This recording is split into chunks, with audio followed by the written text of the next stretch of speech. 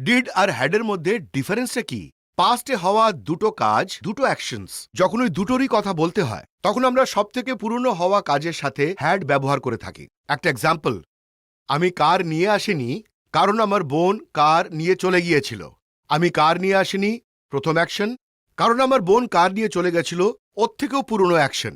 I didn't come by the car because my sister had taken the car. এবার আপনি একটা sentence তৈরি করুন যে আমি টিভি দেখিনি কারণ আমার সিস্টার তার কেটে দিয়েছিল।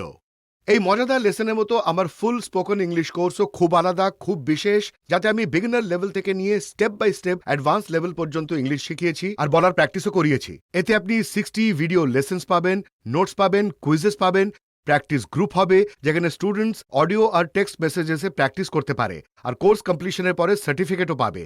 এটাকে জয়েন করার লিঙ্ক ডেসক্রিপশনে আছে বা আপনি avvalenglish.com এও ভিজিট করতে পারেন।